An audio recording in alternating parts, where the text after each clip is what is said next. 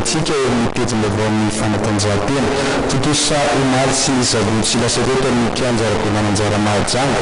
Ny lalao manasa-dalana amin'ny fidin'ny amboara nasional taranja-baolina kitra na ny telo makopitra Madagasikara izany.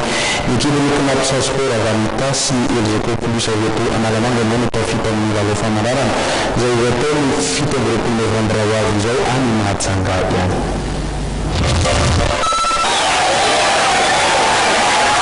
Ekipan'ny Kinapo Sport tasy ny LGK Plus Analamanga no tafita amin'ny famarana ny fidina ny amboara nasional taranja-baolina kitra na ny telo makopitra Madagasikara izay ataon'ny Mahajanga ny 7 ny volana Novambra ho avy izao.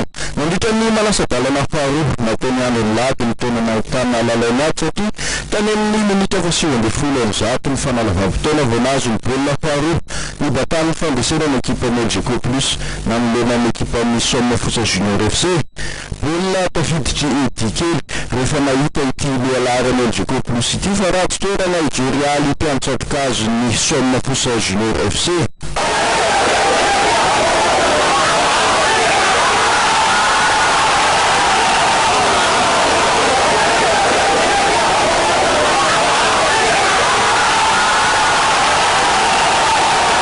Isaraka atsala remiray mirepetraka nandritra ny 90 minitra ara-dalàna. Ekipa tompon-dakana Analamanga nanokatra ny isa teny minitra 4 tamin'ny lalan'ny baolina tafiditry Dino.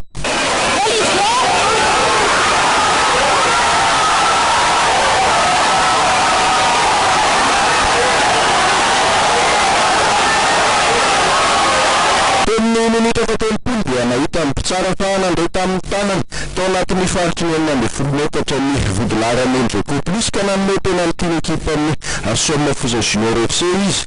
Tsy tafiditry Jean-Yves Levi izany satria voasakany Di Bastia mpiantsatokazo ny LGK Plus.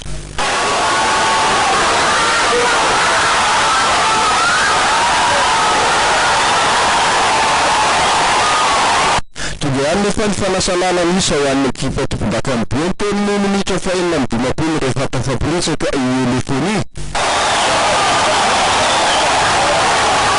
Nanamarika ity lalao ity ihany koa ny baolina tafiditry bola ho an'ny LGK Plus teo amin'ny minitra 4 saingy ny lavy ny mpitsara no ny fahitany fa nanafadisona ity loalaharana ity.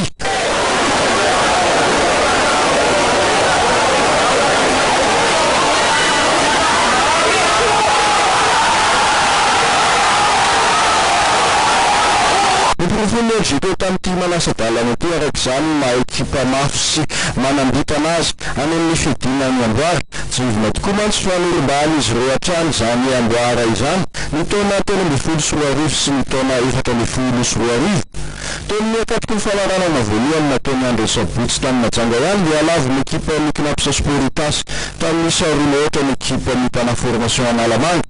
Idisiany nanokatra nisa teo amin'ny minitra 120 rehefa mitsena tamin'ny lohan'ny tolotra avy amin'ny toby.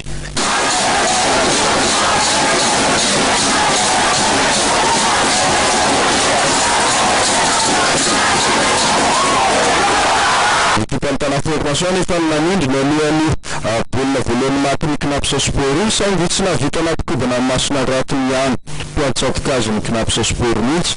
Tany amin'ny minitra 4 kosa no nampidiran'ny seksiny baolina faharoa ny batan'ny Kinapo Sport ny fandresena nazo iny tapakila andehanana any amin'ny famarana.